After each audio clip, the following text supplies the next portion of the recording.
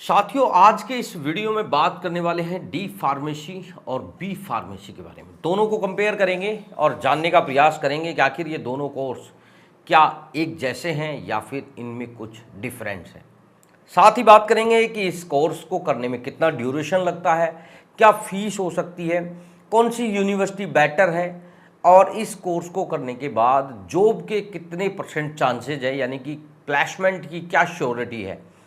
क्योंकि आज के दिन डी फार्मा बड़ा ट्रेंडिंग कोर्स है, लेकिन डी फार्मा करना आपके लिए सही है या नहीं है, आज इस विषय में इस वीडियो में चर्चा करेंगे। तो वीडियो बहुत इम्पोर्टेंट है बेसिकली उन यूथ के लिए जो अभी हाल ही में 12th पास आउट करके आए हैं या जिन्होंने 10th पास करके 12th में यानी कि 11th में एडमिशन कराने वाले हैं। नमस्कार दोस्तों, आपका स्वागत है आपके अपने YouTube channel education for Bharat में और मैं हूं आपका दोस्त BK तिवारी।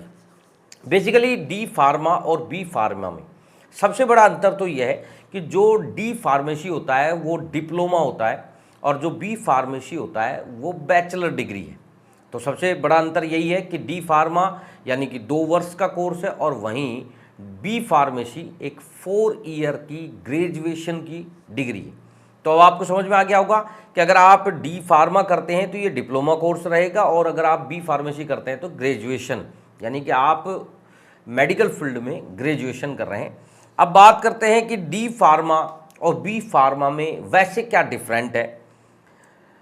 तो डी फार्मा जो लोग करते हैं उनके अंदर जो एक स्टडी की जाती है, यानी कि जो स्टूडेंट्स पढ़ते हैं उसके अंदर उनका मूल उद्देश्य जो होता है वो है छात्रों को फार्मेसी के मूलभूत ज्ञान और व्यावहारिक कौशल से लैस करना। क्योंकि यह कोर्स जो है मुख्यतः रूप से मेडिकल स्टोर, अस्पताल, फार्मेसी व ड्रग डिस्पेंसरी के लिए किया जाता है। यानी कि इससे जो कोर्स कर रहा है वो मेडिकल स्टोर खोल सकता है, हॉस्पिटल में सेवाएं दे सकता है या फिर गवर्नमेंट के फील्ड में अगर फार्मासिस्ट की नियुक्ति आती है तो वहाँ पे भी वो अप्लाई कर सकता है और गवर्नमेंट जॉब हासिल कर सकता है। इसका एक एग्जांपल दे देता हूँ मैं आपको कि आजकल आपने देखा होगा कि सरकारी हॉस्पिटल के अंदर एक फार्मेसी होती है, तो सरकार नियमित रूप से ऐसी वैकेंसियाँ जारी करती रहती है ताकि उन फार्मेसी पर एक डी फार्मा होल्डर अपनी सेवाएं दे सके कि डी फार्मा में आप मेडिकल खोल सकते हैं, आप गवर्नमेंट जॉब के लिए फार्मासिस्ट की नौकरी होती है उसके लिए अप्लाई कर सकते हैं, आप MR यानी कि मेडिकल रिप्रेजेंटेटिव जो कि जॉब होती है उसके लिए अप्लाई कर सकते हैं, वहीं आप मेडिकल स्टोर का संचालन कर सकते हैं या मेडिकल फील्ड के अंदर जहां दवाइयां बेचने का काम होता है वो आप यहां पर कर सकते हैं। इसके अपोजिट अगर बी फार्मेसी की बात करें, ये सारी चीज़ें तो हम कर ही सकते हैं, लेकिन इसके अलावा आप कंपनी ओपन कर सकते हो, दवाइयों की आप मेकिंग कर सकते हो, बना सकते हो। उसके लिए आपको एक जो लाइसेंस की रिक्वायरमेंट होती है वो आपको आसानी से मिल सकता है और आप रिसर्च भी कर सकते हो। तो यानी कि ग्रेजुएशन कोर्स में आपको ये अलग से बेनिफिट देखने को मिलते हैं। अब बात करते हैं योग्यता के बारे में बात करते हैं। अगर आप 12th पास आउट है, 12th के अंदर आपके पास बायो, केमिस्ट्री और मैथ जैसे सब्जेक्ट्स हैं तो आप दोनों कोर्सों में आप एडमिशन ले सकते हैं। जो स्टूडेंट 10th कर रहे हैं उन्हें आज से ही अपने कोर्स के संबंधित उन्हें अपने विषय में चेंज करने की ज़रूरत है कि अगर कोई फार्मेसी के अंदर जाना चाहता है तो उसे 10th के बाद 11th में जब वो एंटर करता है तो उसे अपने सब्जेक्ट के अंदर चेंज करने पड़ते हैं। तो इसलिए ये विशेषतः उन स्टूडेंट्स के लिए ध्यान रखने योग्य बातें हैं जो फार्मेसी में अगर एडमिशन ले रहे हैं तो उनको 10 के बाद यानी कि 10th के बाद अपना सब्जेक्ट चेंज करना है। बी फार्मा में भी आपको सेम है, लेकिन वहाँ पर आपको एक एंट्रेंस एग्ज़ाम देखने को मिल सकता है, जबकि डी फार्मेसी में एंट्रेंस एग्ज़ाम जो है वो आपको कोर्स कंप्लीट होने के बाद देना होता है। जब आप PCI जब उसमें रजिस्ट्रेशन कराते हैं तो वहाँ पर आपको डी फार्मेसी में एक एंट्रेंस टेस्ट होता है, वो टेस्ट पास आउट होने के बाद ही आपको लाइसेंस मिलता है, जबकि बी फार्मेसी में ये चीज़ें नहीं है। यानी कि वहाँ पे आपको टेस्ट देने की ज़रूरत नहीं है, लेकिन अच्छे कॉलेज के लिए आप यहाँ पर एंट्रेंस एग्ज़ाम देकर एडमिशन ले सकते हैं। जैसे कहीं पे GPAT होता है, कहीं जी का कोर्स होता है, तो इस तरीके के एंट्रेंस टेस्ट होते हैं। अब अगर मैं बात करूँ कि डी फार्मा और बी फार्मा में वेतन और नौकरी की संभावनाएं कितनी हैं, क्या वेतन, मिल सकता है। तो शुरुआत में वैसे तो आपको पता है सभी वैकेंसियों में अगर प्राइवेट सेक्टर की बात करें तो जो वेतन है वो कम ही मिलता है। आप मान के चलिए आपको 20,000 से 40,000 के बीच में डी फार्मेसी वाले को वेतन मिलता है, या फिर आप मेडिकल स्टोर खोल सकते हैं।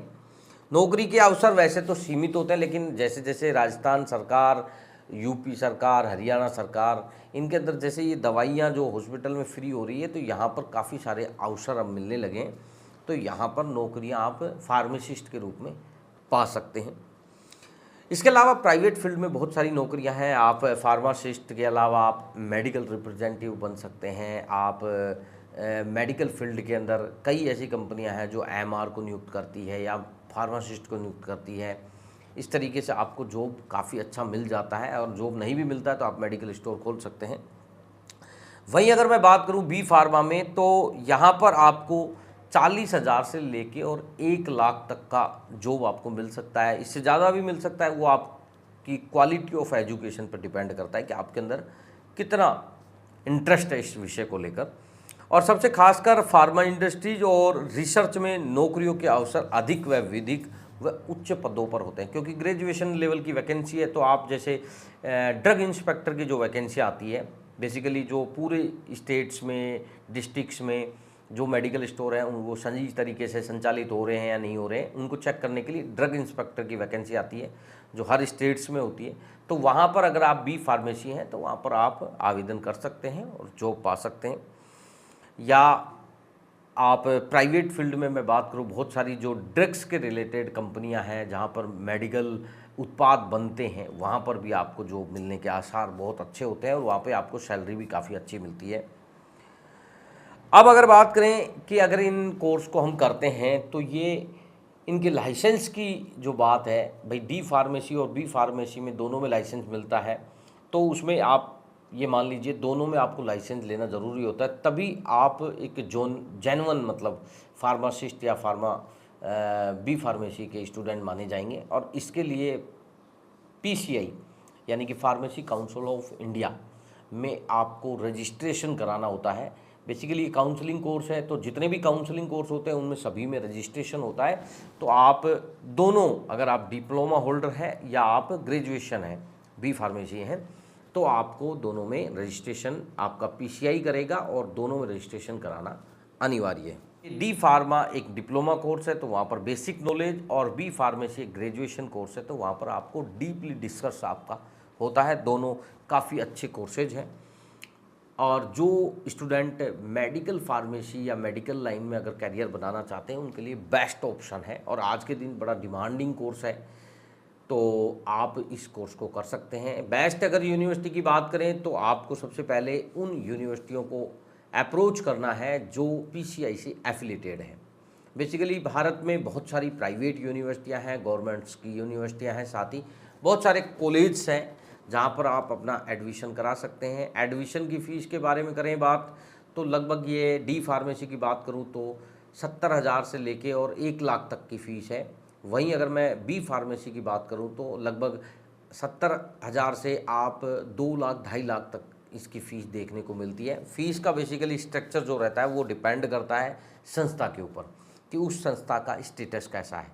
जैसे कि अगर आप उच्च क्लास के अगर एजुकेशन शिक्षण संस्थान के पास जाएंगे तो वहाँ पर फीस स्वाभाविक रूप से आपको थोड़ा सा उच्च तरीके की देखने को मिलेगी, और अगर निम्न स्तर पर अगर जाएंगे तो वहाँ पर आपको फीस निम्न स्तर पर देखनी पड़ेगी। तो बेसिकली जो मैंने आपको एक आइडिया दिया है फीस का, इसी फीस के संबंधित आपको कॉलेज मिल जाएंगे, ऐसा परेशान होने की ज़रूरत नहीं है। एडमिशन कराने में अगर आपको कोई दिक्कत विक्कत आ भी रही है तो आप हमसे सलाह ले सकते हैं, अप्रोच करेंगे, आपको यूनिवर्सिटी बताएंगे, कॉलेज बताएंगे जहाँ पर आप अपना एडमिशन करा सकते हैं। अब बात यह है कि इन दोनों कोर्स को करने के बाद हम पीसीआई से रजिस्ट्रेशन कराते हैं, और रजिस्ट्रेशन कराने के बाद हम सुचारू रूप से वर्किंग करते हैं। तो शायद बी फार्मा और डी फार्मा के बारे में आज आपको सारा ज्ञान मिल गया होगा कि क्या है कोर्स, कैसे किया जा सकता है, फ़ीस का स्ट्रक्चर क्या रहता है, और क्या क्या कोर्स में सब्जेक्ट्स रहते हैं, और किस तरीके से इसका यूजेज और सैलरी बेसिस या जॉब के अगर रिलेटेड मैं बात करूँ, सारे ऑप्शन आपको यहाँ पर देखने को मिले हैं। तो आप डी फार्मा और बी फार्मा इन तरीके से कर सकते हैं। अगर आपको डी फार्मा बी फार्मेसी के बारे में कुछ जानना है, जो चीज़ शायद मेरे से मिस हो गई हो इस वीडियो में, तो आप हमारे को कांटेक्ट कर सकते हैं, हमारी मेल आईडी पर मेल कर सकते हैं या पर हमें व्हाट्सएप पे भी आप बात कर सकते हैं।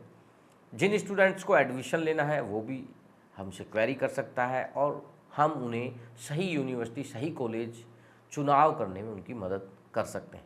दोस्तों, ये जानकारी कैसी लगी इस वीडियो के कमेंट सेक्शन में ज़रूर बताना और वीडियो पसंद आया तो ज़्यादा से ज़्यादा वीडियो को शेयर करना। धन्यवाद।